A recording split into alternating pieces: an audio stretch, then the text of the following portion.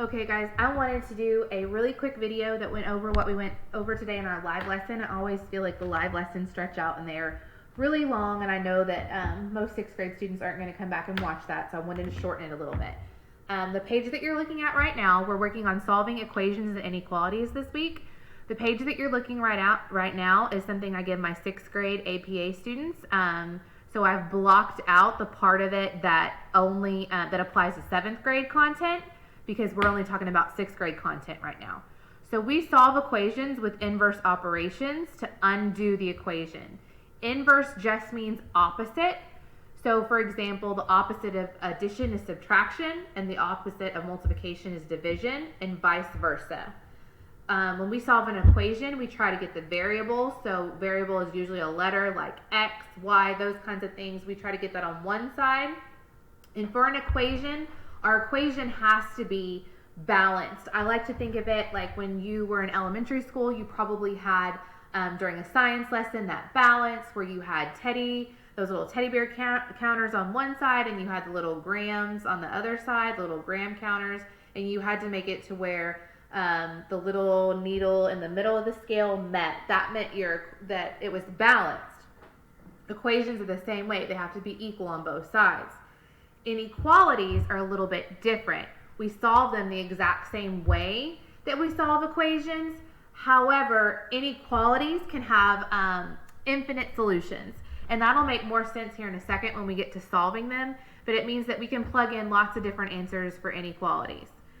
When we graph inequalities, when you see a closed circle, that black dot, it means that the value is included. And when you see an open circle, it means that the value is not included. So once you solve the inequality, if it's a black circle, that value is included when you graph it. If it's an open circle, it is not included. And again, that'll make more sense. In the 6th grade, we do a whole vocabulary lesson with an anchor chart where we go and we talk about each one of these words and what they mean and what symbol they go with. However, since this is a little bit more compact and we don't have as much time, I wanted to give you those same vocabulary words in case you see them in your Imagine Math, where you can refer back here and look at them to see what symbol might match them.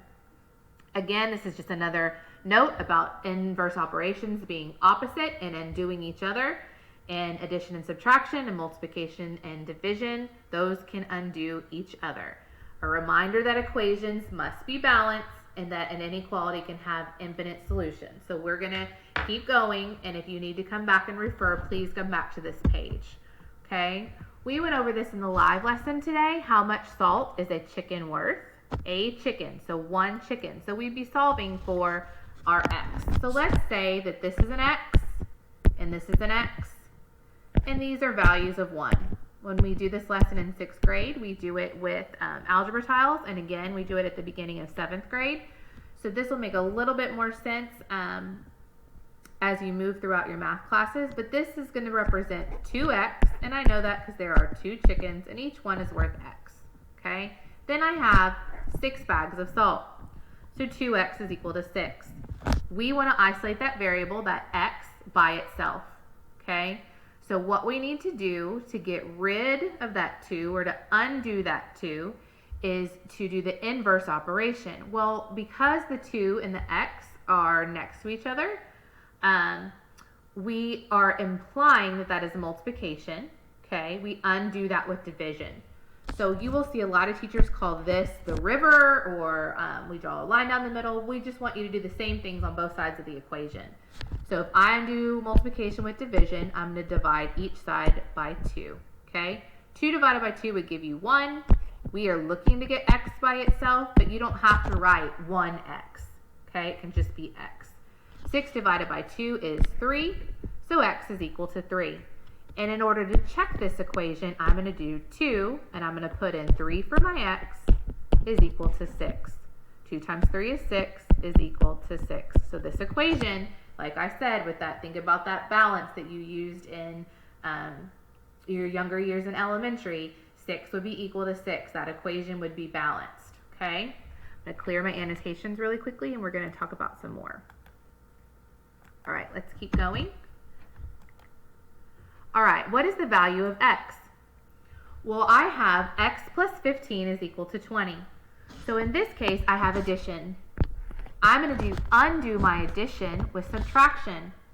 So whatever I do on one side of my equation, I must also do on the other side of my equation. And remember, the whole goal of equations is to get that x by itself. I have addition, so I'm going to undo that with subtraction, and I'm going to do that on both sides of my line, both sides of my equation. Right now, I have a positive 15 and a negative 15. Remember that a positive and a negative make a zero pair. So I have zero pairs right here with my positive 15 and my negative 15. It's just going to give me x by itself. And x is equal to 20 minus 15. So x is equal to 5. Remember, I'm going to check it, and I'm going to plug that 5 back in for my x. So I have 5 plus 15 is equal to 20. Okay, 5 plus 15 is 20, is equal to 20, and my equation is balanced. Okay, let me clear my annotations and go on to the next one. Oops. Okay, so now what is the value of x? X minus 13 is equal to 26. So I have my equation, and this time I have subtraction. I undo subtraction with addition. So I'm going to add 13 on both sides of my equation. Remember, I'm trying to get x by itself. I'm trying to isolate the variable, my x. I have negative 13 and positive 13. Those are my zero pairs.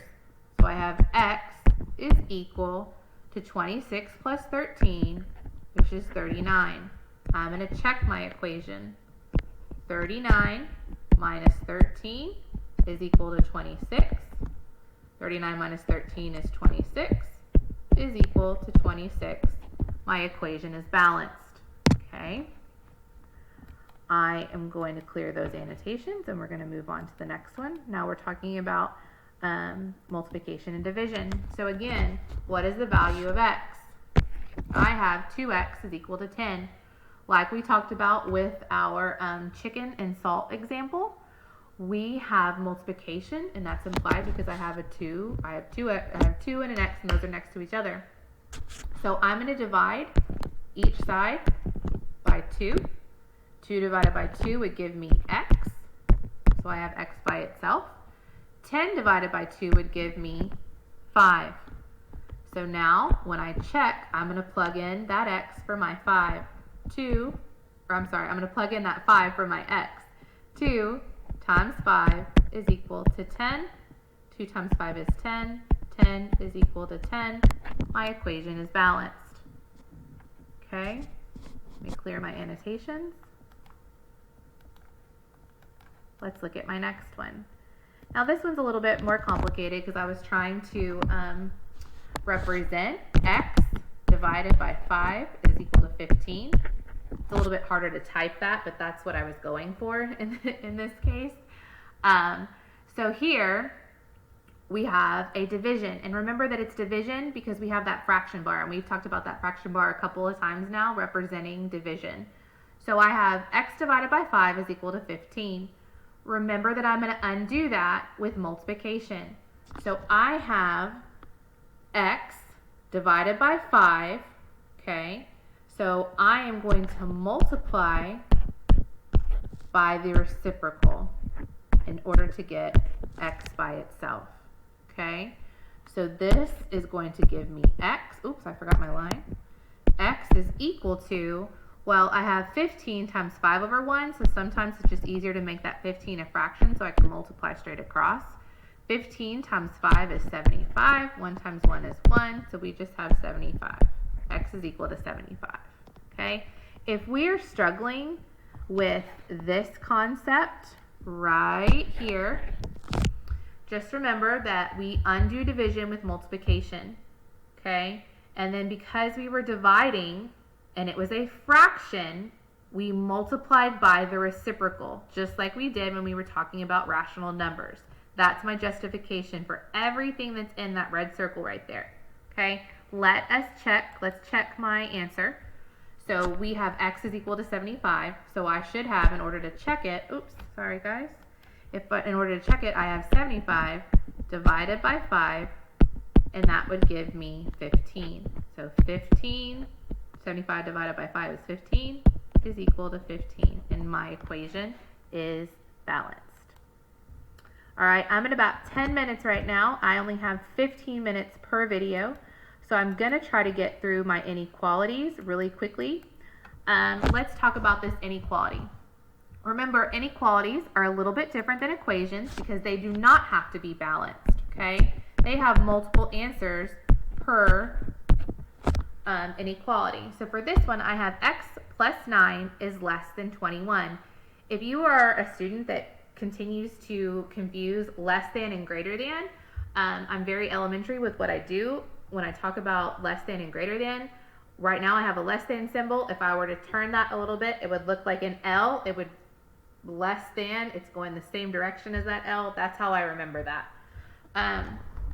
But we solve them the same exact way that we solve equations. Whatever we do to one side, we do to the other side. So right now, I'm trying to isolate that x, that variable by itself, and I have x plus 9. So my inverse operation of addition is going to be subtraction. So I'm going to subtract 9 from both sides of my equation. This is my zero pair. I have x is less than 21 minus 9, which is 12. So x is less than 12. So anything that I plug in right here for my x has to be less than 12, okay? So a number that's less than 12 would be 10. So I'm going to plug 10 back in. 10 plus 9 is less than 21. 10 plus 9 is 19. 19 is less than 21. So my inequality is true. My inequality could be 9. My inequality could be -7. It has to be anything that is less than 12. Remember we talked about on that very first page, this, if we were talking about a number line, 12, let's say that this is 12 on my number line, 12 would get an open circle because it is not included, and x is less than 12. So anything going in this direction, 10, 9, 5, 0, they would all make this inequality true. Okay, let's look at another one. All right, this time I gave you the number line, but we're still going to solve this inequality. So I have x plus 1 is greater than 4.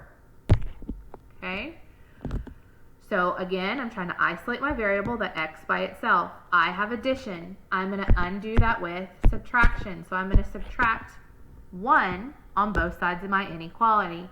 This is a zero pair, which leaves x by itself. I've isolated my variable.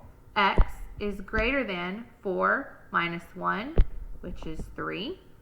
Okay, 3 gets an open circle, so I have an open circle on 3. Okay, and everything to the right of my 3 could be included in my inequality. Let's pick 5. 5 plus 1 is greater than 4. 5 plus 1 is 6, is greater than 4. 6 is greater than 4. My inequality is still true.